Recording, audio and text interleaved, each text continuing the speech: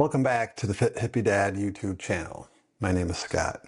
Today's episode is entitled My Spiritually Fit Journey, or at least a part of it.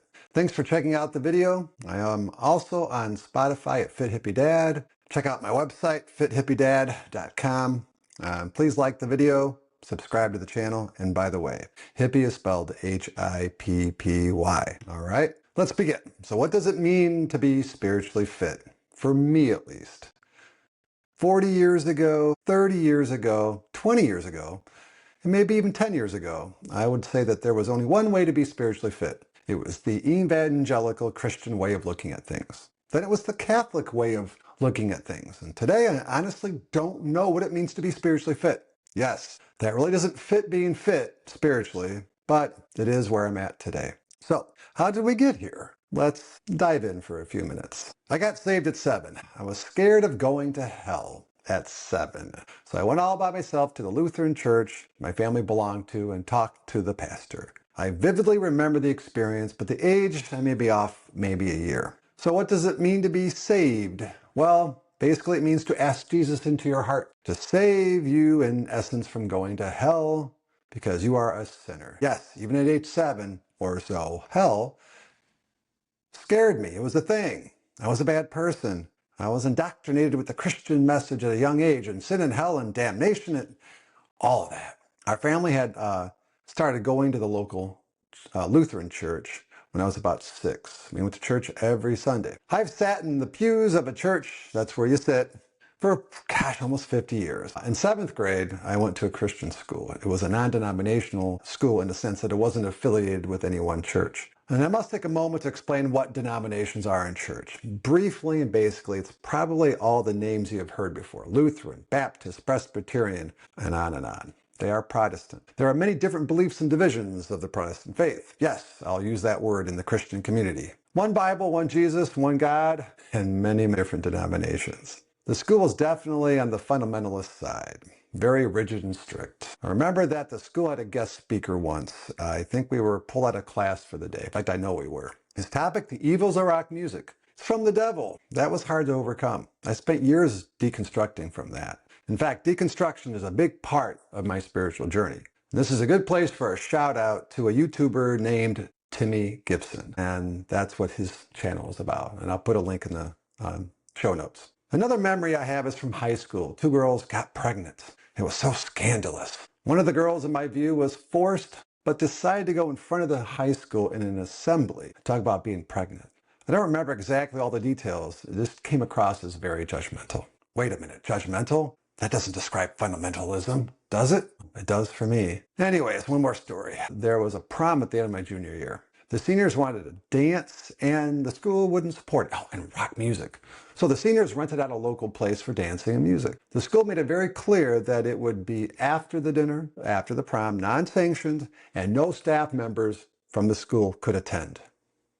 Okay, really dancing and rock music was that bad? Anyway, I graduated from high school and slowly pulled away from the faith. I had sex before marriage. Man, I am a sinner going to hell. That's another deconstruction that took a long time. Sex. I could go into greater details, but this is a general overview of my spiritually fit journey, or lack thereof. So perhaps another time down the road.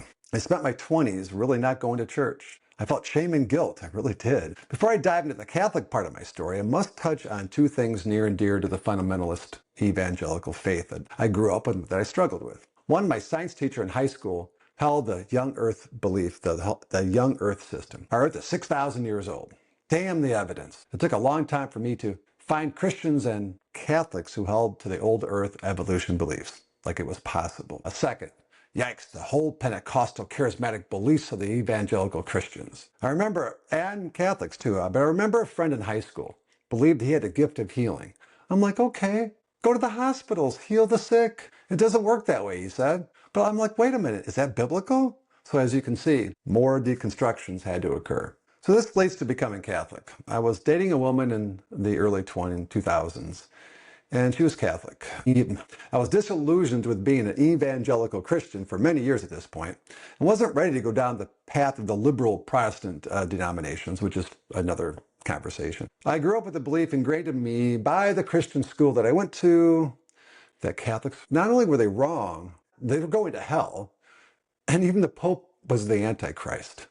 Okay? So after really sorting through all this, I started to accept many of the Catholic positions, even to a great extent Mary. I discovered the Catholics were more tolerant, believe it or not, of old earth belief, evolution, and they were even more open to people in the world who weren't Catholic or Christian, like the possibility of them going to heaven, believe it or not.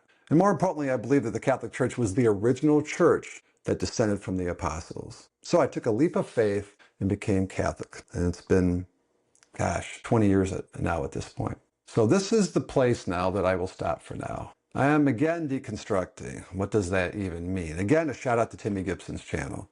I'll add a link in the show notes again. Deconstruction means, in my mind, to break down the beliefs you hold, analyze them, and be willing to change your belief system based on that evidence. So that's what I'm doing now. I'm questioning everything about my faith. I believe that there is something out there. This is not all by chance. But is it the Christian biblical God? The truth is that I've sat in church pews thousands of times. I don't feel my faith or Jesus. What does that mean? Is it even a feeling I'm looking for?